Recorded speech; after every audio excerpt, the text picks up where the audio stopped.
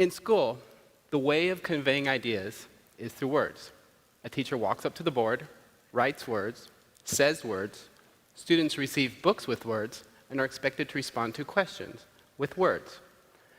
The vast majority of teaching is done through words. But let's look at who we're trying to teach. Focusing on California, 25% of students are English language learners. Another 15% have language-based learning difficulties, such as dyslexia. An additional 20% fail language comprehension tests. And a large portion of the remaining students characterize themselves as visual learners. Left over, there's only a tiny little segment of students for whom current teaching methods are a good fit. And I was one of those students way down there. I have dyslexia. And for me, words were really big learning barriers. I mean, I didn't even learn to read until I was in 5th grade.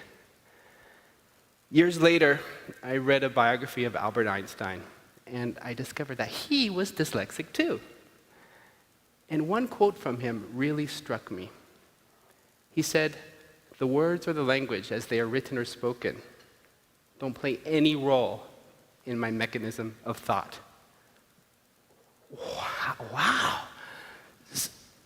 So if words are not needed for great math and science thinking, then maybe words aren't needed for great math and science teaching.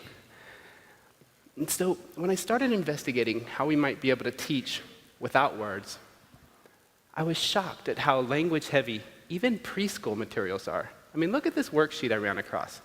Color the shape that is the same as the first shape in each row. They even have it in Spanish. So I wondered, what would happen if we remove all those words and hand this over to some 4-year-olds along with some crayons and don't say anything? This is what happens.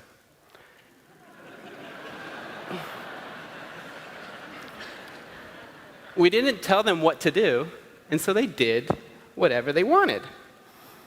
But how do we tell students what to do without words? Here's one way. Interactive software with informative feedback. If you click on the wrong thing, it shows you why you were wrong. And when you click on the right thing, it shows you why you were right. And you can help a little penguin across the screen. Okay, so this works for shapes, but what about things like word problems? I mean, how can we do those without words? Well, here's a typical word problem from a 2nd grade textbook.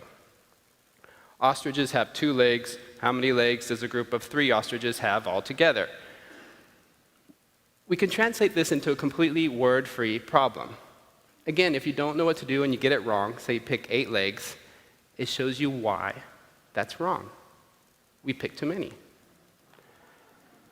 And when you get it right, it shows you why it's right. The feedback teaches the students. It doesn't just replace the words. It provides more instruction than the words ever did. And this visual feedback is so powerful that we can use it to teach really sophisticated subjects. This is pretty sophisticated. This is a page from an Algebra 1 textbook, a very language-heavy approach. And here's what it does to our kids.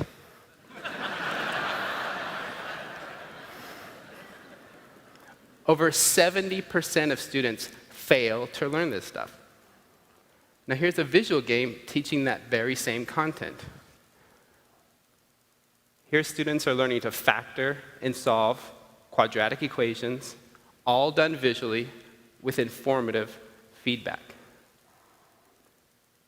And because these games allow students to touch, feel, see, and interact with the math, it's able to clear up many of the mysteries about how and why math works.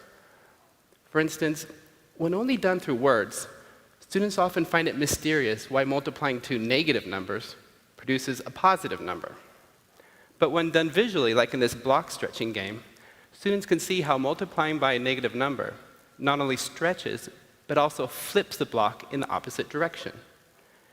And then when you multiply by a negative number again, it ends up flipping it again back to positive. It's not mysterious anymore. It's fascinating. And so we've created hundreds of these games to teach all the math concepts from pre-K through Algebra 1. Here are some exponents and some fractions. We're basically able to boil all math down to how do you help a little penguin across the screen? But does it work? UC Irvine recently conducted a study where they put these visual games into 106 schools in Orange County.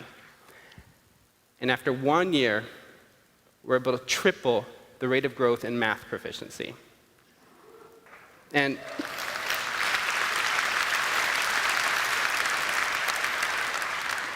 last year, we replicated this result in Silicon Valley, Las Vegas, Chicago, and Houston. This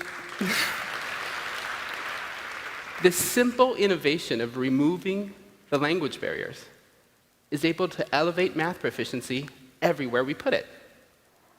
And of course, increasing standardized test scores is great, but we will also want to make sure we increase real mathematical thinking. And we definitely see that too. Because instead of just throwing a bunch of words at students, we create rich opportunities for them to connect their own dots in their own heads about how math works. And when students play an active role in figuring things out, they want to talk about it. It sparks mathematical talk. And in this way, a language-free approach can actually improve language skills. A striking example of this is a young autistic student named Omar, shown here with his dad. Omar had such difficulty with language that he only spoke in single words, never in full sentences, not even to his parents. And when Omar's school started using our program, his teachers were astonished at how gifted Omar was in math. They never knew. But more amazingly, Omar started talking. And the first full sentences he ever spoke were about these mathematical ideas he was experiencing in these visual games. And he's now excelling in school in both math and English, and it has completely changed his life. And so all of us familiar with TED understand the importance of saying a lot in a few words. And I think the idea we're spreading here is that all students, not just students like me and Omar, but all students can benefit profoundly from some opportunities to learn without any words at all.